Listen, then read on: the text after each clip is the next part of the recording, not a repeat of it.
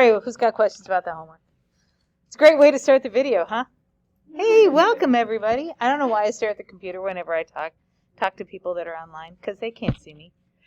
Hello. Hello. Oh wait, who is us here? Hello Simon and Ryan from 5th period, and Maya and Kushal and Alexis and Mahima from 6th period. Ah. All right, anyway, who's got questions over the homework? Yes, ma'am. Thank you. I like yours. You win. Any other questions? Oh, well, that was easy. Okay, bye, people. I'm going to pause the video now. We're going to take a reality check. Bye-bye. Any questions about that?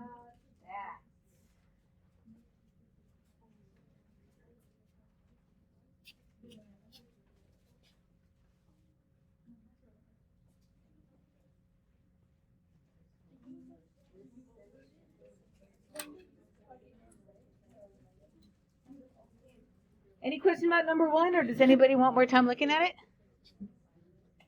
Yes.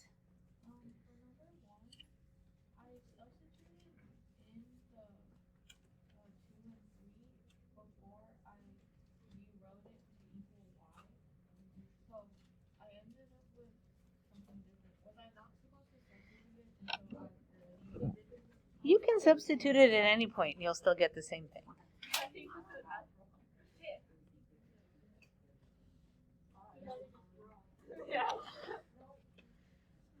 Okay, while they're checking, the answer though is you can plug in at any point. You should still wind up with the same final answer.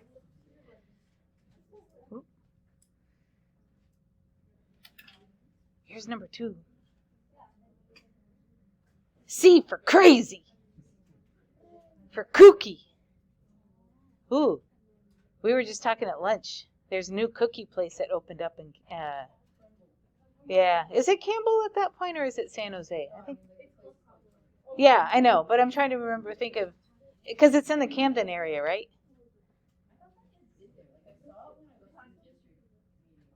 Oh, I'm very excited. I want to go try it. Really? Because on the website they have this like peanut butter Reese's peanut butter cup cookie that looks so good. It looks like a cookie with peanut butter and then crumbles of Reese's peanut butter cup on top. I know, right? It's hard to tell from the picture. I don't know. It's hard to tell. Precisely 0.398 inches, I believe. Right? That's it. It's Euler's method. You can look it up online. We're going to get cookies. Any questions about number 2 before we look at 3? Kristen, did you get your question answered? Okay. We're going to keep going, but then I'm going to come back. So here's 3A. 3A kind of already had 2 parts. Really, it's like a 3A, it's like a 3AI, 3A2, and then 3B. Yes. Yeah. Any other questions? Before we look at the last one, and then we'll come back to number 1. All right. Then there's B. And you had a problem like this on the homework too. You do want the negative because the initial value had y being a negative value. So that's why we had the choice between plus or minus. We had to choose minus so that we could get that initial value to work. Any questions before I circle back to number 1? Yes, ma'am.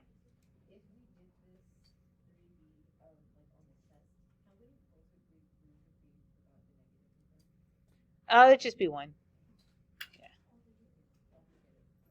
Yeah.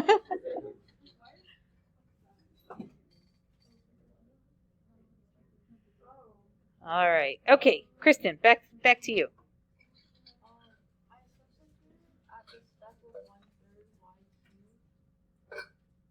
Right here?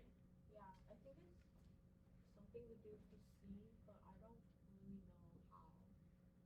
So that'd be 1/3 3 cubed is 1/4 2 to the 4th plus c.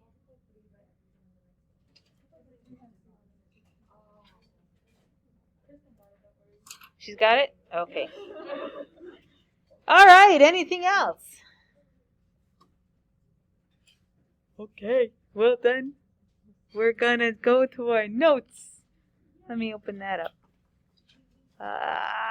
This is period 6, last time I checked. There we go. Whew.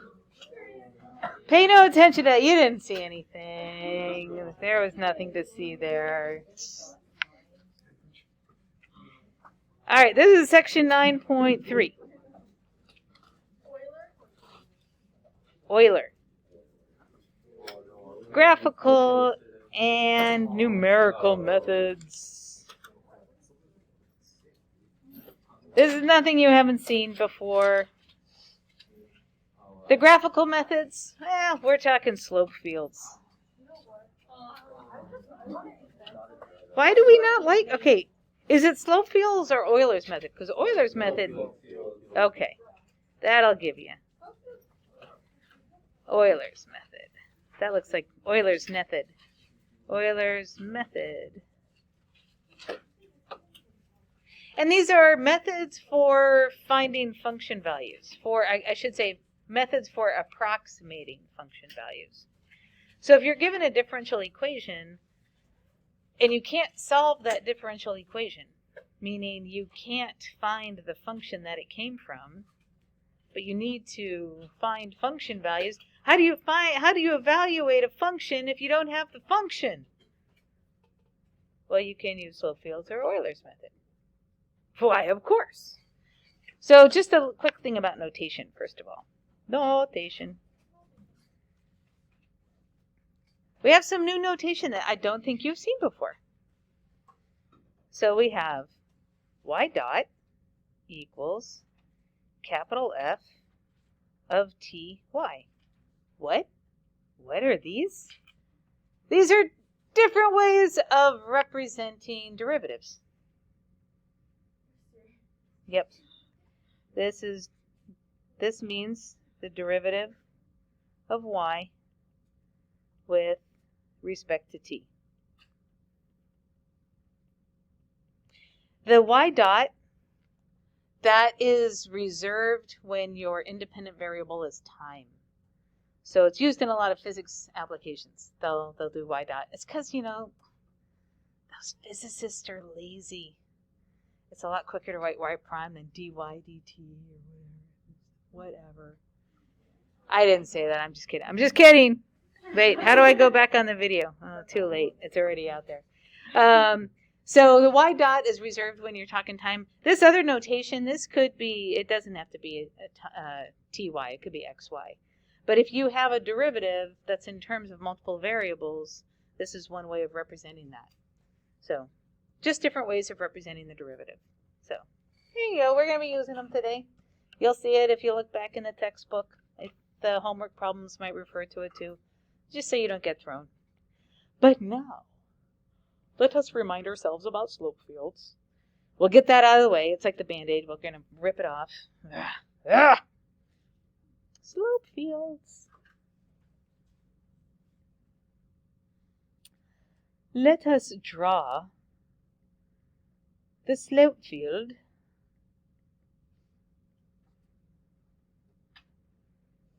for y dot equals y minus t. Dun, dun, dun. So let's remind ourselves how we can do this. And there's different strategies. One strategy is just, plug in your x and y coordinate and keep plugging in your x and y coordinates until you get a slope field. There's another strategy called isoclines, or it's using isoclines. So let's see, this will be, the horizontal will be our t-axis, the vertical will be the y, and isoclines. Isocline. Iso, same. Cline, to be honest, I don't really know exactly what the etymology is, but, you know, incline. It's like slanted. So same slanted. The same slope is really what it's referring to. Where are all the points that have the same slope? And you pick a slope. Like an easy slope is often 0. Where are all the places where the slope is 0? And so you can just plug in 0 equals y minus t. It's probably obvious from this that everywhere where the y and the t coordinate are equal, but you can also solve for y and just think about the line y equals t. And everywhere on that line, you're going to do the slope of 0. So at 0, 0, it's a slope 0. At 1, 1. At 2, 2. At 3, 3. 4, 4. And so on and so on and so on. Remember, you put these short little lines to represent the slope at that point. And then we do it again. We're just going to do 2 of them and then pretend that we could finish it up. So let's look at the isocline when the slope is 1. So 1 equals y minus t. And if we solve for y, it's like the line y equals t plus 1. So everywhere along the line y equals t plus 1, we're going to put a little dash to represent a slope of positive 1. So right here, right here, right here, right here, right here, right here, and so on. So you can see you can get a whole bunch of points really quickly thinking along these lines rather than just like plugging in points. Not that there's anything wrong. Isocline of slope equaling a negative 1. So that would be y equals t minus 1. That would be along here. And I'm sure you guys drew slope fields last year. It gets really hard when you're trying to differentiate between like a slope of positive 3 and a slope of positive 4 when you're just doing a short little dash. Not the easiest thing. Thank God for computers. And then you would continue with this process, though. So any questions about this process? Because now I shall cheat. Yes, Pranesh. Isocline is places where the slope is the same. Any other questions? Alright. Here, I'll leave that up there. I see some people writing. I'm going to go snag something and bring it back up here. So, let me just snag. What is she doing? Actually, people on the video can see because I can't pause the video. Well, I could pause the video. Oh, well. It's not as exciting. That's about all I can fit. All right. I think it's good enough, though. So here we have, I stole it from the textbook, but you can see there's our first isocline that we drew in. Then they drew in place where the slope is 1. Then they put in the place where the slope is 2 and negative 1. And if we just continue with it, we end up with this slope field right here. So any questions making the slope field? And then the idea is, remember, the slope field helps us approximate values to a function when we don't know what the function is. So if we have an initial condition, like let's say we knew the initial condition was y of 0 equals 1, then you go to that point and you draw an approximation of the curve. And you just follow the slopes. This one's not very exciting because it happens to just follow the slopes of 1. If you look at the solution, y of 1 equals negative 2, so there's the point 1, negative 2, and just follow along. It's like, think of it as water and you're following the current of the water. And it ends up making this curve, and then you could use this to approximate whatever the function value is right there, and so on and so on. Of course, drawing these curves with some sort of accuracy is hard by hand. Well, we have computers, so computers can do this. I actually, to be honest, I didn't do slope fields until I started teaching calculus because I'm old enough.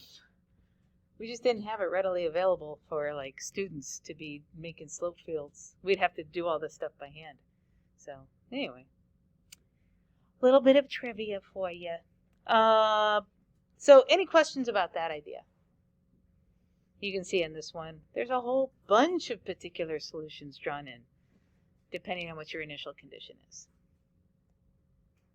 Okay, so then I'm going to snag a couple other things here. I'll bring this back up. Oop, that was supposed to be cut. Cut. Why didn't you cut? Cut. There we go. So here's another kind of picture showing the graphical solution. So if we start here at t naught y naught, and you follow the slope until you get to the next value. And there's the slope right there. So you follow the slope until you get the next value of t. And there's your function value. You follow that slope. And you can follow that slope. And you can follow that slope. And so again, here's a graphical way of approximating solutions. But this picture also gets at how Euler's method works. And so how Euler's method works is you start at an initial condition. You find the slope of the line through that, or you find the equation of the line through that point, and that gives you and then you find the slope at the next value of t. And notice these values of t are going up by a constant amount. They're going up by h each time. And h is called the step value. And so that's what Euler's method does. You find the equation of the line at one point where it intersects the next value of x, and you find that new equation with the new slope, and you just keep doing that. This will be the last picture I snagged. I'll write out everything else after this. These pictures are just too good, and I can't draw this good myself. So, but here's, when you're doing Euler's method, though, we typically don't have the slope field drawn. We just have something to, imagine if this was the exact solution, but all we have is the derivative. From the derivative, we can find the equation of these lines. And you can see as you get further and further away from your initial condition, your approximation can get further and further away. You might get lucky and maybe it gets closer again, who knows. But the closer you are to your initial condition, the better your approximation is going to be. So any questions about the idea, the concept of this? Because now we're going to look at how we do it analytically. All right. So let's talk more about Euler's method. Euler's method. So to derive the equation for Euler's method, actually start with point-slope form. Start with point-slope form of a line. Point-slope.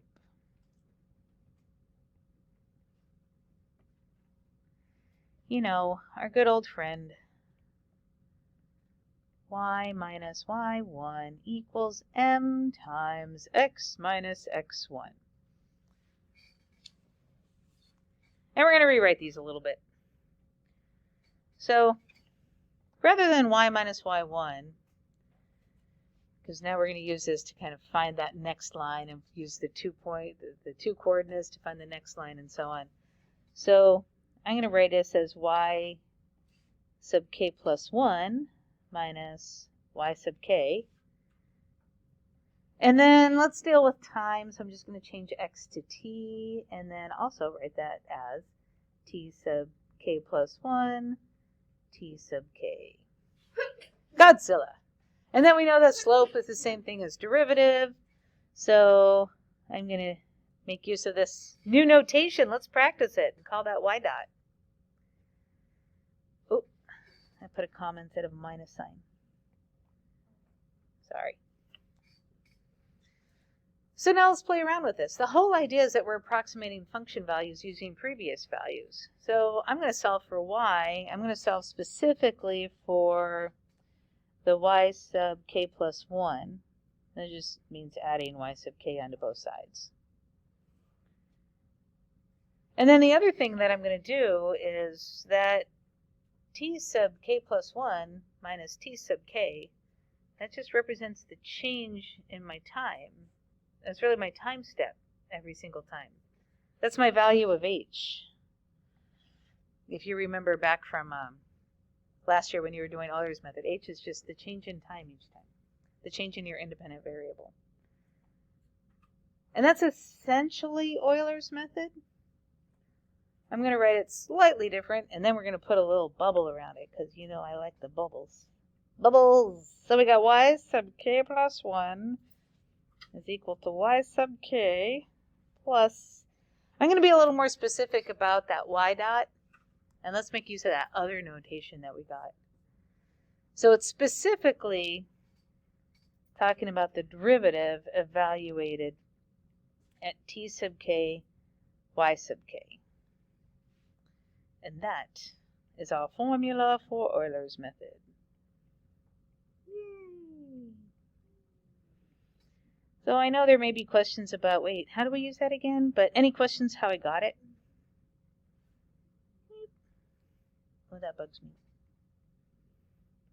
Make a better cloud than that. We used to have a math teacher here. He would make the bubbles, the clouds on the board, and then he would go, so Mr. Sanders is thinking, and then he'd stand right under him. Oh, Mr. Sanders. If you guys have older siblings, they might have had Mr. Sanders. Do any of you guys have older siblings that went here? I know at least one person. Actually, I know a few people, yeah. Who is your sibling? Really? Oh my God! I mean, I suppose there could be more than one Jamie. How do you say your last name again? Is she? But is it the Jamie that I had? Do you know? Oh my gosh. Wow! Who knew? Did I have anybody else's siblings that I didn't know? Who's your cousin? Really? Wait, so then there's also... Yeah, I actually didn't have Chris. I basically did, though, because he came to class anyway. What? Yeah. Oh, yeah, he took calc out of college. Yeah. Oh, my gosh. Wow. Small world. Okay. Anyway, sorry, people on the video. And sorry, people here. Where was I talking about? I don't even remember. Anyway, let's just do it, I guess. I don't remember where I was going. Let's look at an example. And also, if you have your calculator, take that out, because I'm going to show you on your calculator how you'll be able to speed up the homework a little bit tonight. Yay.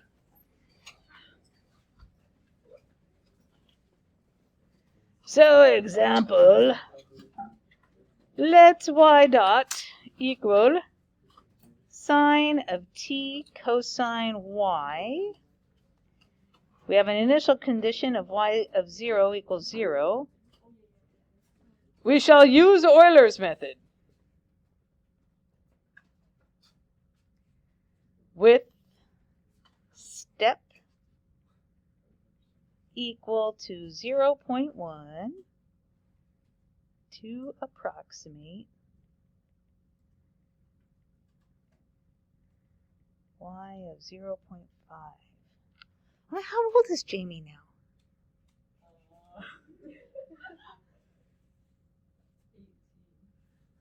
What? Really?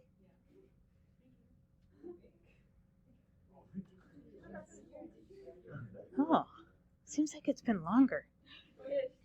Wow. I tell you, I don't know about you guys. Now with the whole pandemic and everything, it's really hard to think about time. When did something happen? I don't know. Was it last year? Was it 2 years ago? Do you guys find yourself doing that? It's so weird. Oh my goodness, I know, right? I try to just block out all of last year from my memory. Okay, I'm going to show you. Now, I'll be honest. I haven't decided if I'm going to let you guys use a calculator on this upcoming celebration of knowledge. I may not. In the past, when I've asked an Euler's question on a test, everything's been easy enough to do by hand. So I may not let you use a calculator. But if I do, here's the bare minimum that I want you to put on your paper so that I can give you credit for that. I know you know what you're doing. You just didn't happen to look next door and say, oh, that's the answer. Yay. So I do want to see the formula. So just write down the formula. Y sub k plus 1 equals y sub k plus h f of x, t sub k, y sub k. So write down the formula. This particular problem didn't explicitly say h equals. I mean, it basically did, but it didn't say h. If you're going to use h in the formula, then just explicitly tell me h is 0.1. So that way I know what you're using for that. And then just make a table. So here's the table that I want you guys to set up. We're going to put n, or here, actually, I'll tell you what. We'll make life easier and just use k since the formula uses k's. Give me a k, t sub k, y sub k, and y sub k plus 1.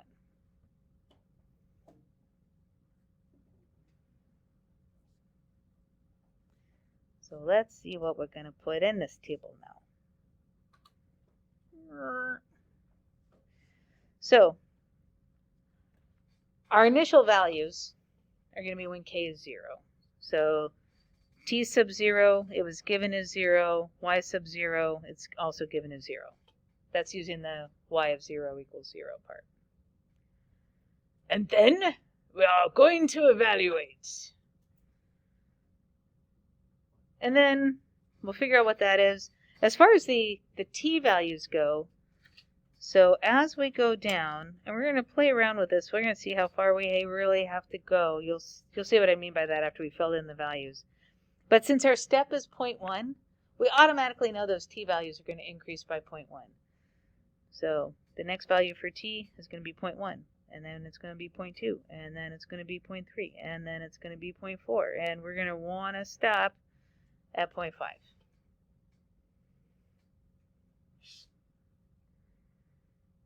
And then we shall see.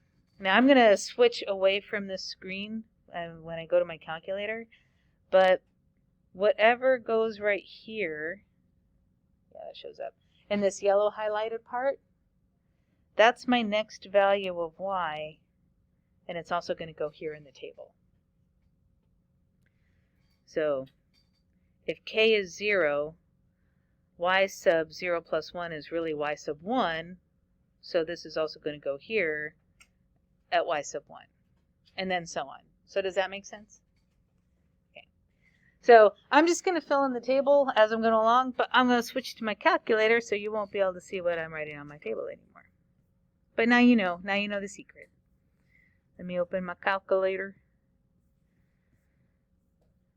I tell you, if Apple ever comes out with laptops with a touchscreen, I'm getting it. This year they're supposed to have new MacBook Airs. They're going to look pretty if the rumors are true. Man, I like pretty. Okay, let's get rid of the evidence. You didn't see anything. Okay, we're going to build this together. So I'm actually going to, like at first what we're going to use is not going to work, but we're going to tweak it until it does work. But for the non-programmers out there, we'll go through it slowly.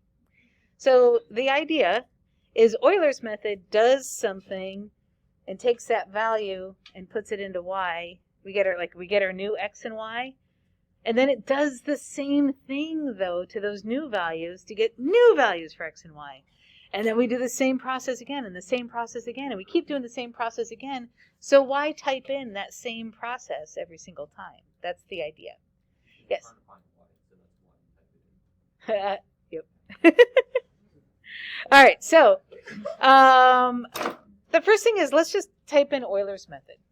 Let's see how that would work. So Euler's method says, and we basically have the formula on our papers, it says that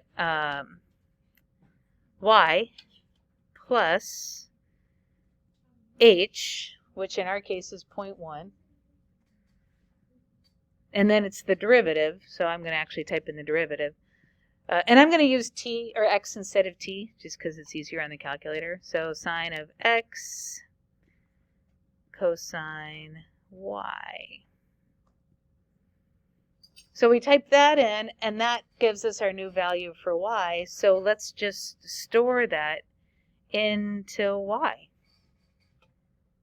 So we do all that stuff, and that stores into y, and we get our new value. So that's Euler's method right there. Except, what's the problem right now? Yeah, this x and y that I'm using, I actually have to set them at my initial values to begin with. So, well, because you have a different value for x and y.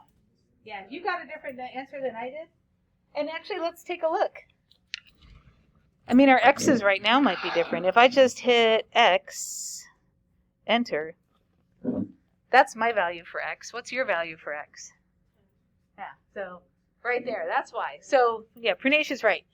One of the problems was we got to set the initial values. So 0 is x. And here's something you can do on the calculators. If you want to do multiple commands, like I want to store 0 into x and 0 into y, you could just type it on separate lines. But you can also put them in the same line, just separate with a colon. And the colon is above the period. So I'm going to do 0 store x, 0 store y. So now those are both set. And then I'm going to scroll up to my Euler's method. Hit enter. And now we should all be getting the same thing. Because now we're all starting with the same x and y value. Except we got 0 again. Does that make sense? Yeah, actually it's fun that we got 0. I mean, remember, x and y are both 0, so y is 0. And in this second term, sine of 0 is 0. It automatically makes that second term all 0. Yeah, makes sense that we're getting 0 again. So that's not going to be very interesting, because if I hit enter again, I mean, it's just evaluating the same thing over and over again, isn't it? Okay. So I'm putting the new value into y, but the thing that I'm missing is x. X is not changing yet. X is still 0. If I type in x, I still got 0. I need to make x go up by 0.1 each time. Right? Okay. So here's what we're going to do. I'm going to go up and grab Euler's method again. And I could type in this.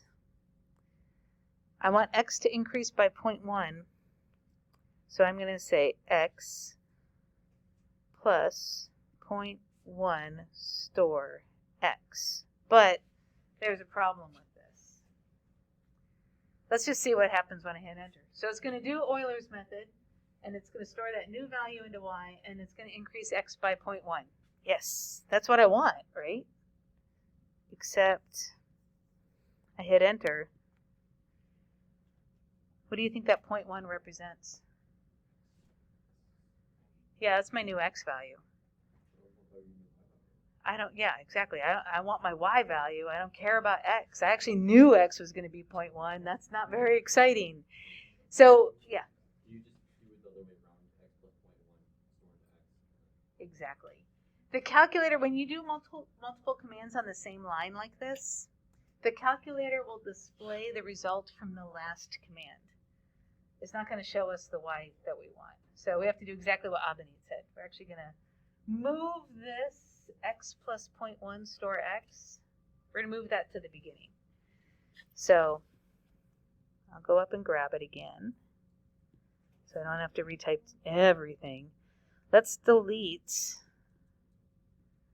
this stuff. And then I'm going to go to the beginning. And remember, we want to insert. So I'm going to do second insert. Insert, if you don't remember, is above the delete button. And then you can insert. It's not going to type over everything. So x plus 0.1 store x colon. Okay. We've almost got it. Yes. Right. The first Euler's method because then it will increment x first and then. Yeah, you see, there's a couple of problems right now. So one of the problems is, I don't know, were my x and y starting at the right values? Remember from this previous line, we knew x was 0.1. That's not what I meant to start. I meant to start at x equals 0. And I have no idea what it's even put into y. I never even checked that. Oh, man. Okay. Don't forget. This is going to be one of the biggest things people will forget. You got to put in your initial values. So I'm going to go back here. And I could scroll up and get it where I did it before. But this is short and easy enough. I'm just going to type it in again. We're almost there. So 0, x is 0, y is 0. I go up, I grab this version right here. I hit enter. I'm still not there yet. And this is what Abani was talking about. We'll see if anybody else sees the problem right now. There's just one more thing we have to fix and we'll have it. So I put my initial values in for x and y. It increased x by our step value and worked out Euler's method. It sounds good. What's the problem? Anybody see it? Exactly. The first time that we run Euler's method, it's supposed to be evaluating at my initial condition, 0, 0. But because I'm having to increase x by 1, it's actually not evaluating Euler's method at my initial condition. So, there's different ways of handling this. Since the Euler's method line is a pain to type in, here's how I like to handle it. Start off with your initial value of x, backed up by a step. So, this is easy to do in our heads. 0 minus 0.1 is negative 0.1. So I'm actually going to do negative 0.1, whoops, if I can type in the point. Negative 0.1 store x and 0 store y. Because now, when I run this line,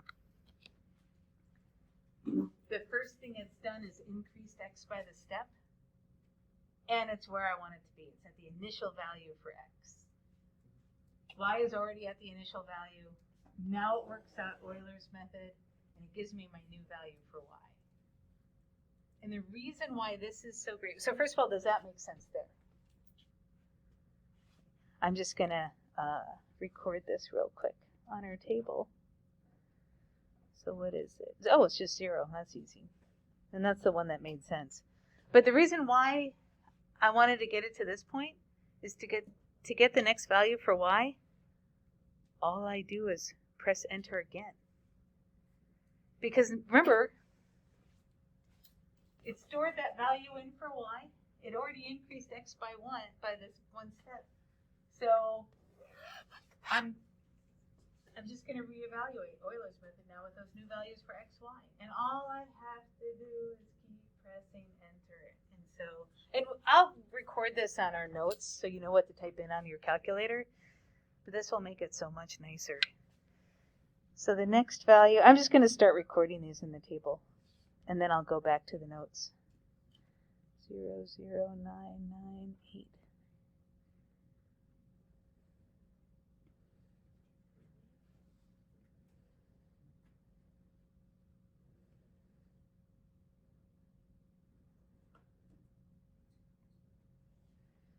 Sorry, I was, yeah, well, I'll just do this for now. Enter again. I'm trying to color code things on here. 0.0298492847. And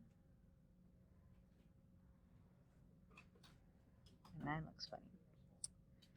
Next value. 0.0593881412 0.9826132227 0.14597261331. All right. So any questions about that? Okay. Let me go back to the notes.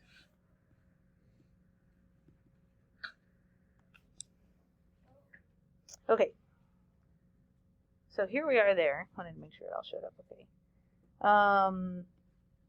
What's the answer then?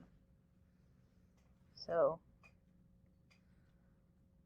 y of 0.5 is approximately, what do you think? I'll fill in the values here. Actually, let me do that right now. I want to make this a little more room. So remember, all of these values go right here. Oh, that makes me so sad. We're just going to get rid of some decimal places. We're going to make this fit, damn it.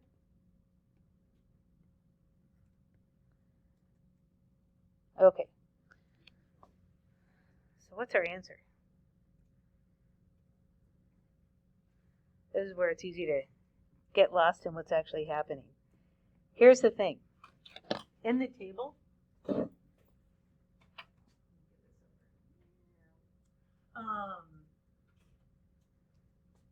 when x is, or when t is 0, y is 0. And then this is like our new value for x. This is y evaluated at 0.1.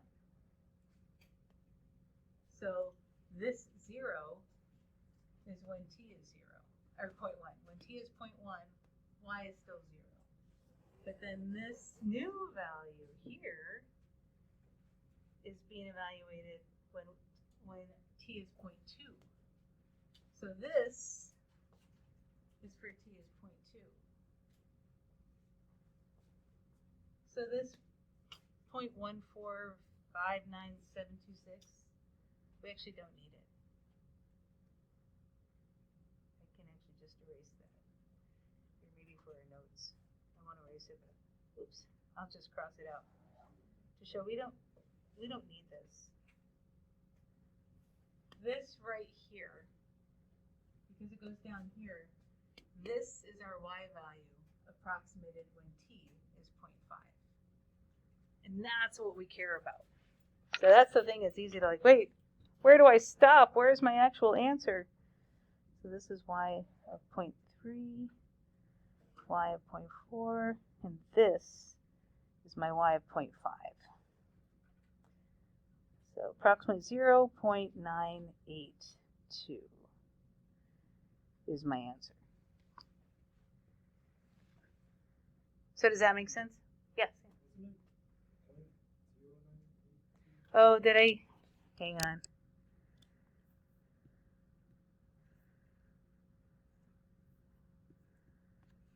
Oh, yep, I forgot a 0. Thanks. Whoop, whoop, whoop. Need purple. Wrong purple. 0.0, 0.0. Now we'll put it in purple.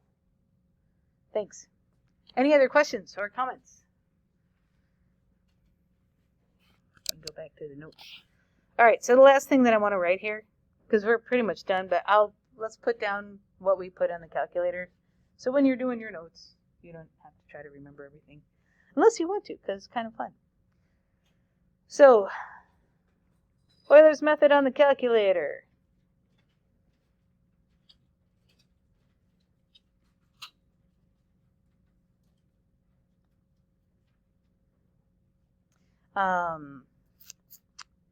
So first you want to store Store the initial conditions in for x and y. So step number 1. But remember, we have that little trick with x. I'm going to say store the starting values for x and y. So in general, you're going to take the initial value for x, but remember we had to back it up by a step. So you're going to do minus h. You're going to store that value into x.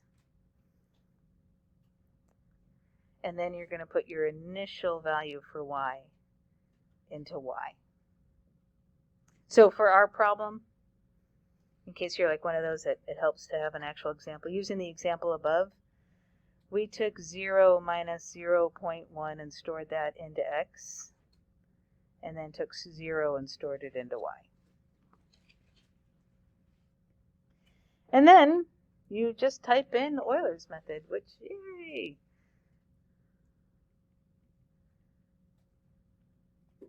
So in general, it will look like this.